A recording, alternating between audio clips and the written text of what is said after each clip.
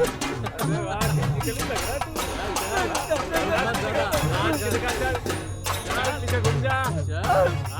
ठुमके लगा। चल चल कमर हिला ठीक से। तेरी तो मुझ वाले ऐसे हिलाते संती के जैसे हिला।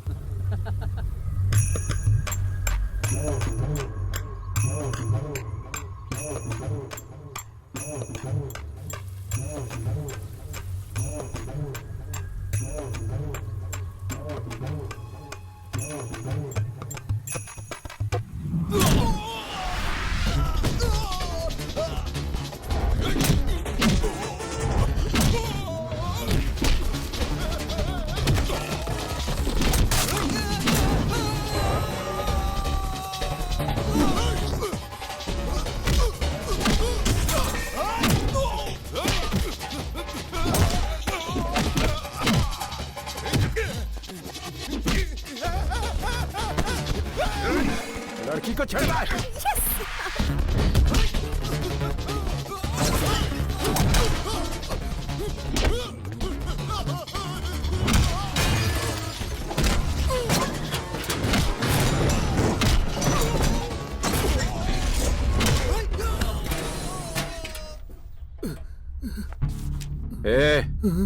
क्या कर रहा है? कंप्यूटर बुक पढ़ रहा था सर। एक दूं क्या? मारिए मत सर, नहीं तो मैं प्रिंसिपल से शिकायत कर दूंगा आपकी। तो तू इस कॉलेज में पढ़ता है?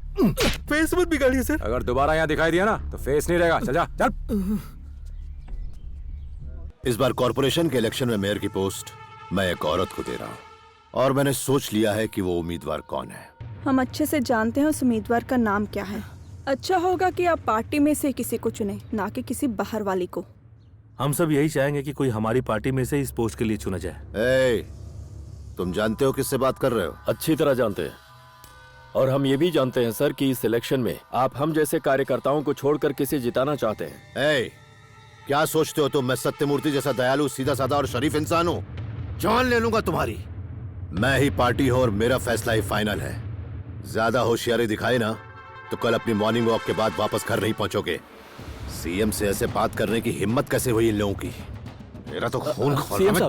सीएम साहब, इस लड़की ने 12वीं के एग्जाम में टॉप किया है। इसके एडमिशन का कुछ कर दीजिए, आपकी मेहरबानी होगी। क्या हुआ? सर आपने इसको पहचाना?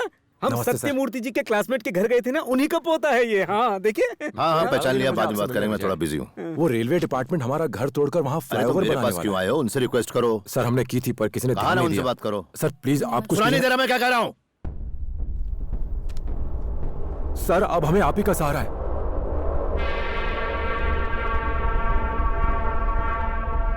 तुमने हाथ कैसे पकड़ लिया? हाँ? नहीं सर, वो क्या लगता है कि सिर्फ तुम्हें ही प्रॉब्लम है? ये मेरी ड्यूटी है कि मैं सब सॉल्व करूं। क्या मैं हर घर में जाऊं और उनकी प्रॉब्लम सुनते बैठूं कि उनकी लड़की की शादी हुई कि नहीं, कि उनके लड़के को नौकरी मिली कि नहीं? जाओ यहाँ से। कैसे चला जाऊं? जब आप हमारे घर पर वोट मांगने आए थे तब हमने आपको अपने सर पर बिठाया था। आज जब मैं अपनी प्रॉब्लम लेके आया तो आप मेरी बेइज्जती कर रहे हैं। अगर हमने वोट नहीं दिया होता तो आप सीएम कैसे बनते? मैं तुम्हारे वोट की वजह से सीएम बना हूं? हाँ? मैं उसके लायक था। क्या देख रहे हो तुम लोग? ये आदमी दोबारा मुझे यहाँ दिखना नहीं चाहिए। निकालो इसे ऐसे। निकल यहाँ से। छोड़ो मुझे। मेरा हाथ छोड़। निकल यहाँ से। छोड़ो मुझे। चल छोड़ो मत। निकल यहाँ से। निकल यहाँ से। पीछे हटो। आओ बेटा इधर आओ। क्या बेटा, तुमने कहा था छोटी सी प्रॉब्लम है। अगर तुम मुझे बताते कि फ्लाईओवर के ठेके का मामला है तो मैं तुम्हें उनके सामने कभी नहीं ले जाता। फ्लाईओवर के प्रोजेक्ट में सीएम का काला पैसा लगा है जिससे उन्हें बहुत मुनाफा होगा। ये आप क्या कह रहे हैं? तुम्हें क्या लगता है सीएम दूध का दूल्हा है क्या? एक नंबर का रिश्वतखोर है। अच्छा यही होगा कि तुम अपना घर भूल जाओ और यहाँ से चले जाओ। इस तरह के कॉन्ट्रैक्ट्स में सभी का हिस्सा होता है बेटा। अपने दादाजी को लेकर किसी और गाँव में बस जाओ बेटा, जाओ। पापी हैं सब, घोर पापी। वो सीएम को दोषी कहते हैं, वो नहीं जानते लोग उनकी बातों पर विश्वास नहीं करेंगे, इसलिए उस मासूम को रास्ते से हटा दिया। ये भी नहीं सोचा कि वो एक औरत थी। अरे उनसे बर्दाश्त नहीं हुआ कि वो एक डिप्टी सीएम बनने वाली थी। बेचारी ऊपर चली गई। राज्य के लिए, मेरी पार्टी के लिए मैं सब कुछ सहने को तैयार हूं। मेरे साथियों, याद रखिए, उनकी आत्मा की शांति के लिए आप सबको शांति बनाए रखनी होगी। कोई दंगा फसाद नहीं होना चाहिए, कोई भी नहीं।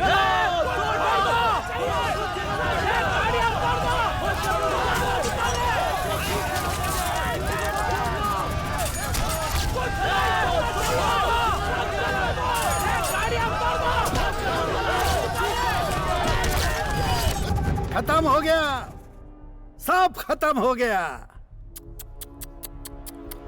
भूपति कोई ऐसा वैसा आदमी नहीं है, पॉलिटिकल क्रिमिनल है। साला, मुझे हमारी हार या जीत की परवाह नहीं है, लेकिन अब हम लोगों के सामने किस मुंह से जाएंगे? सब खत्म हो गया, सब खत्म हो गया।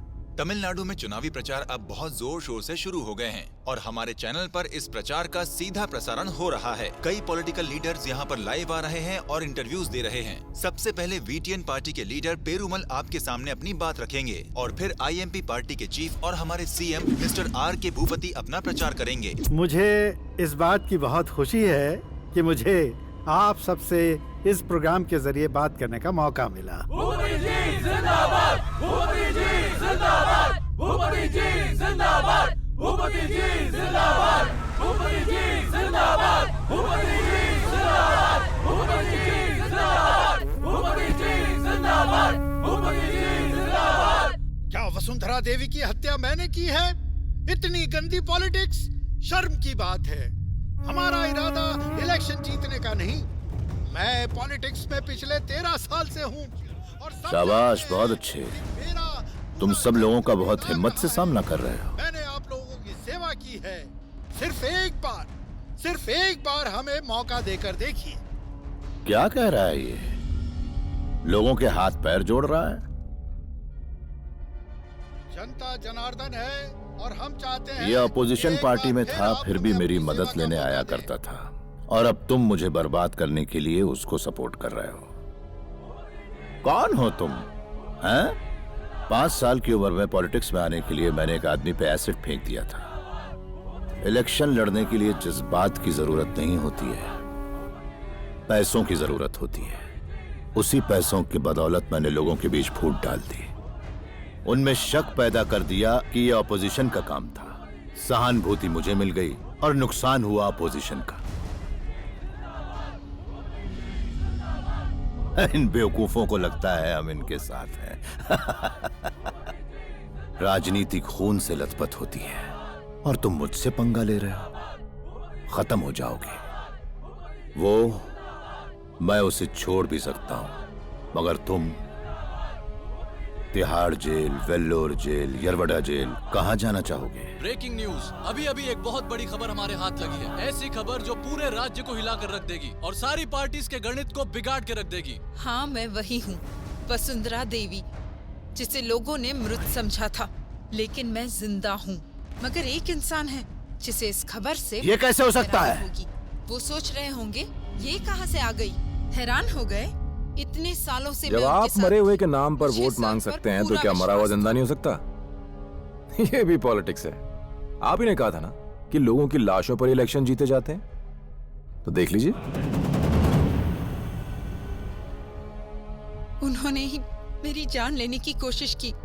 रमणी को सबक सिखाने के लिए मुझे डेप्यूटी सीएम बनाने का ठान लिया और मुझे मिलने के लिए बुलाया।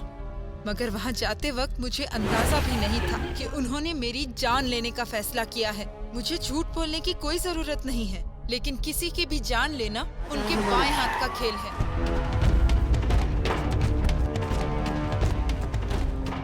वसुंधरा जी, गाड़ी से बाहर आइए, जल्दी जल्दी। छोड़ो मुझे। आइए मेरे साथ। कहाँ ले जा रहे हो मुझे? छोड़ो। आप प्लीज मेरे साथ आइए। चलिए मैडम, इस गाड़ी में बॉम्ब है। मेरा हाथ छोड़ो। प्लीज आइए, उस तरफ चलिए। आप मेरी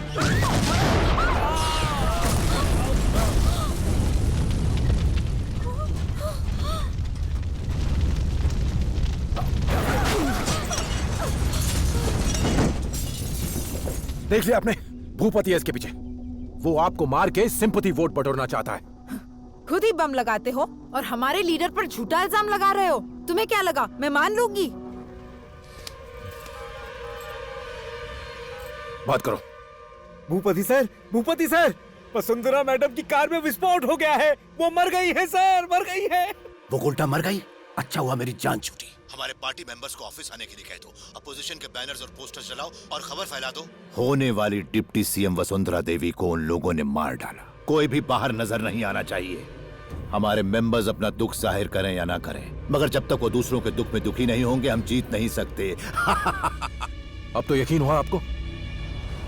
सत्यमूर्ति की मौत का जिम्मेदार कौन था? आर.के. भूपति। झूठ, झूठ, ये बिल्कुल झूठ है। इतनी जल्दी क्यों नाराज हो रहे हैं? अभी बात पूरी नहीं हुई है। मेरे पास इसका सबूत भी है। मुझे शक था ये मेरे साथ भी ऐसा कुछ कर सकते हैं, इसलिए मैंने उस वीडियो को अपने मोबाइल में संभाल के रखा था। अब तुम अपना पॉलिटिकल दिमाग दौड़ाओ और इसको गलत साबित करो। आदमी जब दूसरों के लिए गड्ढा खोदता है तो अक्सर उसमें खुद ही गिर जाता है। अगर पिछले 5 सालों में तुमने इतने बड़े बड़े कारनामे किए हैं जैसे कि तुम्हारे चमचे कह रहे हैं, तो तुम्हें तो हमेशा के लिए सीएम बना देना चाहिए भाई। फिर तो भगवान ही बचाए इस राज्य को। सर चले? हाँ, आता हूँ। 4:30 बज गए, तुम्हारा टाइम हो गया, जाओ इंटरव्यू दो। लेकिन तुम बोलोगे क्या? तुमने तो हर चीज में पैसा लूटा है, ये कमीशन वो कमीशन, 10 कारें आगे 10 कारें पीछे। तुम्हारे पास तो हथियारबंद गार्ड्स भी हैं। तुमने हमेशा सिर्फ अपने बारे में सोचा। अगर तुमने लोगों के लिए थोड़ा सा भी किया होता तो बहुत खुश होते वो।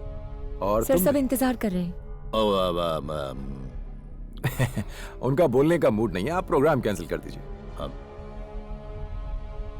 मुझे तुमसे कुछ कहने की जरूरत नहीं है, अब जनता ही तुम्हारा फैसला करेगी। अगर तुम जनता को बेवकूफ समझते हो भूपति, तो तुमसे बड़ा बेवकूफ और कोई नहीं। जय हिंद।